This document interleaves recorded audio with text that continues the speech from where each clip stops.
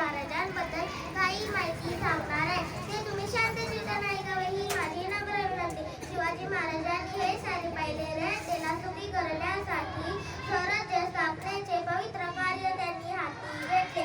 महान पर्वतनदारांना त्यांनी वठणीवर आणले. स्वराज्याच्या कामी त्यांचा उपयोग करून घेतला. तसे रयतेवर अन्याय करणाऱ्या संतांशी शिवाजी महाराजांनी झुंजी राजवटीचा त्यांनी पराभव केला. न्यायाचे हिंदवी स्वराज्य त्यांनी स्थापन केले. हे स्वराज्य सर्व जाती धर्मातले लोकांचे होते. स्वराज्यात कोणताही भेदभाव नव्हता. शिवाजी महाराजांनी स्वराज्यात हिंदू मुसलमान असा कोणताही भेदभाव केला नाही.